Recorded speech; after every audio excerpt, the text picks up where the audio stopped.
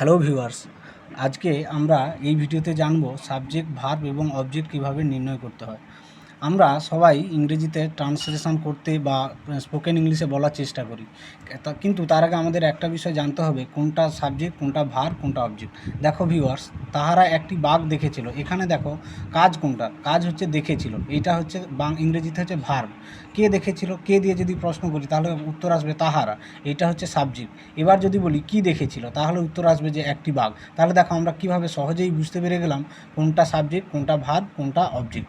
দেখো তারপরে আমি একটা উদাহরণ নিয়েছি, আমরা একটি রবীন্দ্রসঙ্গীত শুনেছিলাম। তাহলে তোমরাই বলো যে এখানে কাজ কোনটা? শুনেছিলাম, এইটা হচ্ছে ভার্ব। বাংলাতে যেটা কাজ সেটা ইংরেজিতে ভার্ব। দেখো এইবার ভার্বকে প্রশ্ন করো কে শুনেছিল, তাহলে আমরা, এইটা হচ্ছে সাবজেক্ট, যেটা বাংলাতে বলা হয় কর্তা।